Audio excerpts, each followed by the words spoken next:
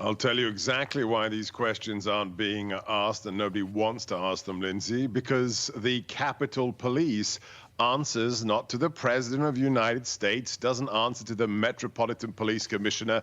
They answer to the Speaker of the House in her little fiefdom. That's why she managed to get people fired after the disastrous response of January the 6th.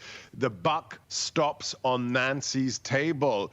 And if these reports, if just a percentage of these reports are true, Lindsay, I think she should be impeached. Not only was that intelligence unit shut down, not only were preparations not made, we have the travesty of what happened on January the 6th, with police officers inviting individuals in through open doors, those individuals being prosecuted, being put in solitary confinement as political prisoners not far from this studio. And on top of that, we have an unarmed woman, a 14-year Air Force veteran. Say her name, Nancy. It's Ashley Babbitt, who was gunned down, who was murdered by that police officer. The only fatality on that day was a citizen, was a veteran who was killed. So we don't want those questions asked because the person who's responsible is Nancy Pelosi.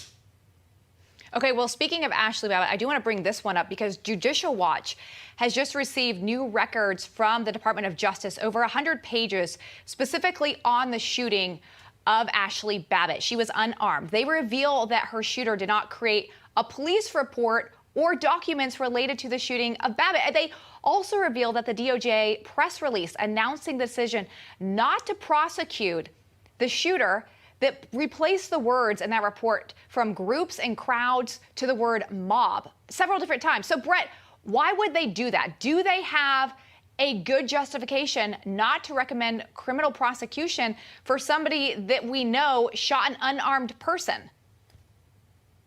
Yeah, you know, this is part of that double standard that we're seeing and the politics that's creeping into the Department of Justice. It's in the FBI, it's in the decision making at the executive levels of both the DOJ and the FBI.